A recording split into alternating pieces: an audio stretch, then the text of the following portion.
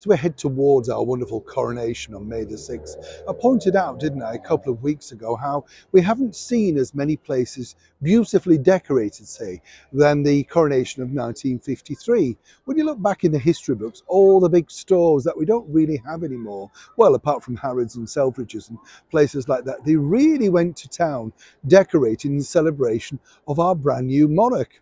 Of course, we live in different times, don't we? And in 2023, it seems that it's embarrassment to actually say you've got national pride in your own country and your own natural history.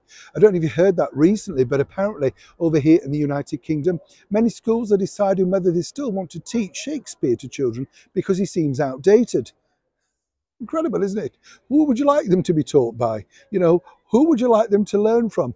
Absolutely ridiculous. So actually, it comes as something of a shock, but thrilling nonetheless to find out that this British institute, which came to fruition in April 1931, the brilliant Dorchester Hotel in the very epicenter of Park Lane, has actually looked to the past to recreate the golden look that they did in 1953. As ever, let me explain.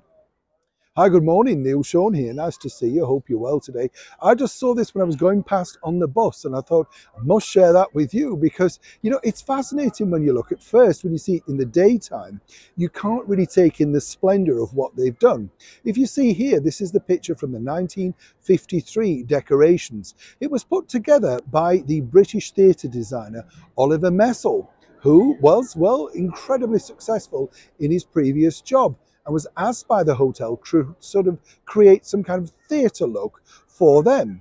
He did it with great aplomb and it became something of a tourist attraction. So they've decided once again to recreate that look for our brand new coronation. And I think it looks pretty terrific. If you are coming to London, let me point out the best time I think to see it is at night time when they illuminate it with some wonderful lights. It just looks pretty spectacular. Now, Oliver Messel, as I say, was one of those people that started out doing this and then ended up working for the British monarchy on other various projects.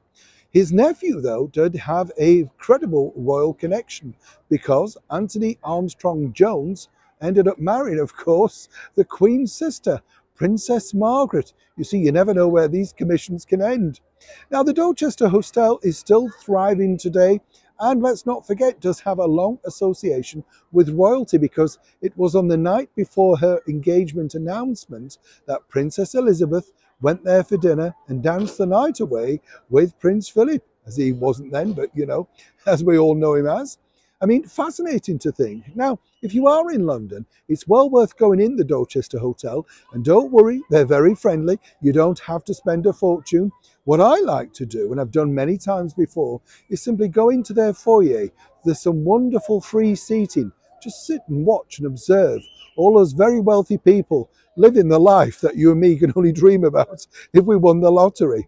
And on the way out, why not take a picture of these wonderful coronation decorations?